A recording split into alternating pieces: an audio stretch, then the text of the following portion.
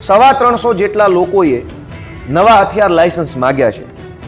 એટલે અમદાવાદ અને રાજકોટના મળીને 8000 કરતાં પણ વધુ લોકો પાસે હથિયારના લાયસન્સ છે અથવા માંગ્યા છે। એનો અર્થ એવો થયો કે હવે લોકોને રાજ્યની સરકાર ઉપર, કાયદો વ્યવસ્થાની સ્થિતિ ઉપર, પોલીસ તંત્ર ઉપર કોઈ વિશ્વાસ નથી। દરેક માણસ એવું ઈચ્છે છે કે હું પોતે જ રિવોલ્વર લઈને ફરું, કેમ કે પોલીસ કે સરકાર નહીં બચાવે। કમર ઉપર રિવોલ્વર હશે તો બે ભડાકા કરવા થશે।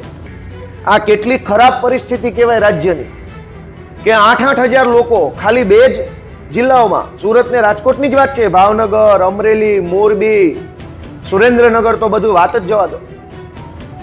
8000 કરતા વધુ લોકો રિવોલ્વરો લઈને ગુજરાતની રોડ ઉપર ફરે છે। શું કામ? કેમ કે એમને સરકાર ઉપર વિશ્વાસ નથી, એમને ભય છે। દર્શક મિત્રો, મહામંથન મંતવ્ય ન્યૂઝમાં આપનું સ્વાગત છે। શું ગુજરાતની હાલત યુપી અને બિહાર જેમ થવા જઈ રહી છે?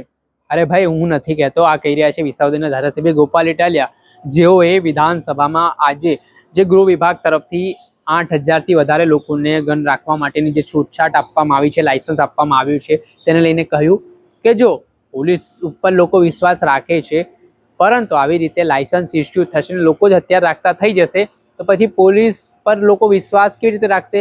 શું હવે લોકોને પણ પોતાના રક્ષણ માટે હથિયાર રાખવા પડશે? તેને લઈને તેમણે સણસણતા સવાલ ઉઠાવ્યા છે।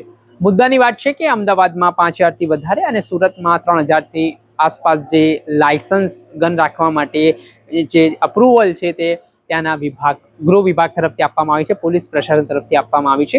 જે મામલે આજે ધારાસભ્ય ગોપાલ ઇટાલિયાએ ગૃહમાં આ મુદ્દે ધારદાર રજૂઆત કરી। ગૃહમંત્રી હર્ષ સંઘવી પર તેમણે ચાલુ ગૃહમાં કટાક્ષ પણ કર્યો અને કાયદો અને વ્યવસ્થાની સ્થિતિ સામે તેઓ અવારનવાર સવાલ ઉઠાવતા હોય છે। લોકોની સુરક્ષા અને સલામતી શું ગુજરાતમાં તેને લઈને વાત કરતા હોય છે અને તેમણે આજે ગન માટેનું જે લાયસન્સ ઇસ્યુ કરવામાં આવી રહ્યું છે તે મુદ્દે તેમણે આજે સરકારને બરોબરના ઘેરવાની શરૂઆત કરી હતી। આજે અંતિમ દિવસમાં ચર્ચા ગરમ બની હતી, થોડુંક વિધાનસભા તોફાની પણ બની હતી। ત્યારે ધારાસભ્ય ગોપાલ ઇટાલિયાએ ગૃહમાં શું વાત કહી તેને લઈને મીડિયા સમક્ષ તેમણે શું કહ્યું તે સાંભળો। આજે વિધાનસભામાં છેલ્લો દિવસ છે, 25મી માર્ચ 2026 નો દિવસ। મારો તારાંકિત એક પ્રશ્ન હતો, કાયદો વ્યવસ્થાની સ્થિતિને લઈને ગૃહમંત્રી સમક્ષ। જો કે વિધાનસભાના નિયમ પ્રમાણે મારો પ્રશ્ન પ્રાયોરિટીમાં આવ્યો નહીં, એટલે આ પ્રશ્ન અંગે વિધાનસભાની અંદર ચર્ચા કરવાની કોઈ તક મળી નથી। પરંતુ સરકારનો જે જવાબ આવ્યો છે એનું વિશ્લેષણ કરીને જનતા સુધી માહિતી પહોંચાડવી મને બહુ જરૂરી લાગે છે। એક બાજુ ગૃહમંત્રી દ્વારા, ભાજપની સરકાર દ્વારા સબ સલામતના મોટા મોટા દાવા કરવામાં આવે છે। અહીંયા તો બહેનો દીકરીઓ પણ રાત્રે ફરી શકે છે, ખૂબ સુરક્ષિત છે, આમ છે તેમ છે, બહુ મોટી વાતો થાય। પણ આજે જે આંકડા સામે આવ્યા છે એ આંખો ફાટી જાય એવા આંકડા છે। મેં એવું પૂછ્યું હતું, ખાલી ગુજરાતના બે જ શહેર, અમદાવાદ અને સુરત, આખા અમદાવાદ જિલ્લામાં હથિયારના લાયસન્સ કેટલા લોકો પાસે છે અને કેટલાએ નવા માંગ્યા? સુરતમાં કેટલા લોકો પાસે હથિયારના લાયસન્સ છે અને કેટલા લોકોએ નવા માંગ્યા? આંકડો જોશો તો તમને એમ લાગશે કે આ તો બિહાર જેવો માહોલ છે। સુરતની અંદર 2882 લોકો પાસે હથિયારનું લાયસન્સ છે અને એમાં 185 કરતાં પણ વધુ લોકોએ હથિયારનું નવું લાયસન્સ માગ્યું છે। અમદાવાદની અંદર 5231 લોકો પાસે હથિયારના લાયસન્સ છે અને બીજા 350 જેટલા લોકોએ નવા હથિયાર લાયસન્સ માંગ્યા છે। એટલે અમદાવાદ અને રાજકોટના મળીને 8000 કરતાં પણ વધુ લોકો પાસે હથિયારના લાયસન્સ છે અથવા માંગ્યા છે। એનો અર્થ એવો થયો કે હવે લોકોને રાજ્યની સરકાર ઉપર, કાયદો વ્યવસ્થાની સ્થિતિ ઉપર, પોલીસ તંત્ર ઉપર કોઈ વિશ્વાસ નથી। દરેક માણસ એવું ઈચ્છે છે કે હું પોતે જ રિવોલ્વર લઈને ફરું, કેમ કે પોલીસ કે સરકાર નહીં બચાવે। કમર ઉપર રિવોલ્વર હશે તો બે ભડાકા કરવા થશે। આ કેટલી ખરાબ પરિસ્થિતિ કહેવાય રાજ્યની કે 8-8000 લોકો ખાલી બે જ જિલ્લાઓમાં, સુરત ને રાજકોટની જ વાત છે, ભાવનગર, અમરેલી, મોરબી, સુરેન્દ્રનગર તો બધું વાત જ જવા દો। 8000 કરતા વધુ લોકો રિવોલ્વરો લઈને ગુજરાતની રોડ ઉપર ફરે છે। શું કામ? કેમ કે એમને સરકાર ઉપર વિશ્વાસ નથી, એમને ભય છે। એટલે એ પોતે પોતાની સુરક્ષા કરવા માટે થઈ અને સરકાર પાસે સ્વરક્ષણ હથિયાર માગ્યું.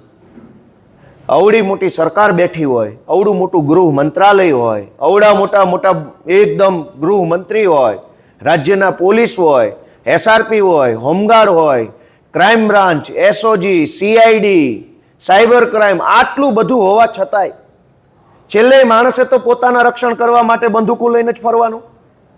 તો સરકારનો મતલબ શું વધ્યો જો દરેક માણસે પોતે પોતાની રિવોલ્વર લઈને ફરવું પડતું હોય તો?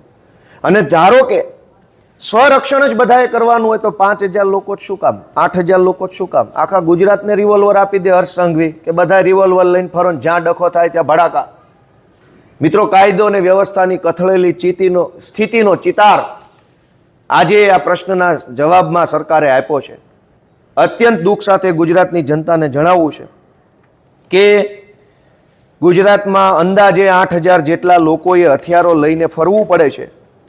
એ પરિસ્થિતિ બતાવે છે કે ગુજરાતમાં લોકોની જાનમાલની, પ્રોપર્ટીની, પોતાની જાતની કોઈ સલામતી જનતા અનુભવતી નથી અને માટે વધુને વધુ હથિયાર લાયસન્સો સરકાર પાસે માગવામાં આવ્યા છે.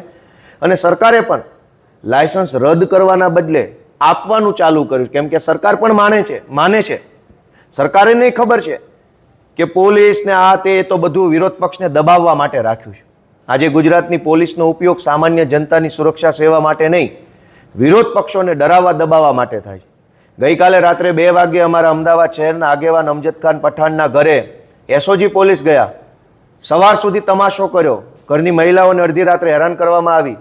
આખા ગુજરાતની પોલીસ જનતાની સુરક્ષા કરવાના બદલે ભાજપની સુરક્ષા કરે છે, ભાજપના નેતાઓના ઇશારે કામ કરે છે. જનતા ભગવાન ભરોસે છે એટલે જનતા હવે હથિયાર લાયસન્સો માંગવા લાગી છે અને 8,000 જેટલા હથિયાર લાયસન્સો જનતા લઈને ફરે છે. મને એવું લાગે છે કે જો દરેક માણસ રિવોલ્વર લઈને ફરશે ગુજરાતમાં તો ગુજરાતની હાલત શું થશે?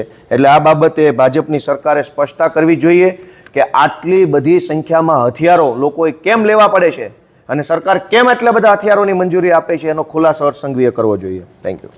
આપણે સાંભળ્યા હતા વિસાવદરના આમ આદમી પાર્ટીના ધારાસભ્ય ગોપાલ ઇટાલિયા, જે આક્રમકતાથી અલગ અલગ મુદ્દે તેમણે જે વિધાનસભા ગૃહમાં પોતાની રજૂઆતો ચલાવી, જે રીતે તેમણે હુંકારો ભર્યા અને આજે ગન લાયસન્સ મુદ્દે 8,000 જેટલા લોકોને જે લાયસન્સ આપવામાં આવ્યા તે મુદ્દે તેમણે વાત કરતા મામલો ગરમાયો છે. દર્શક મિત્રો, આવા જ વિડીયો જોવા માટે મહામંથન મંતવ્ય ન્યૂઝ જોતા રહો.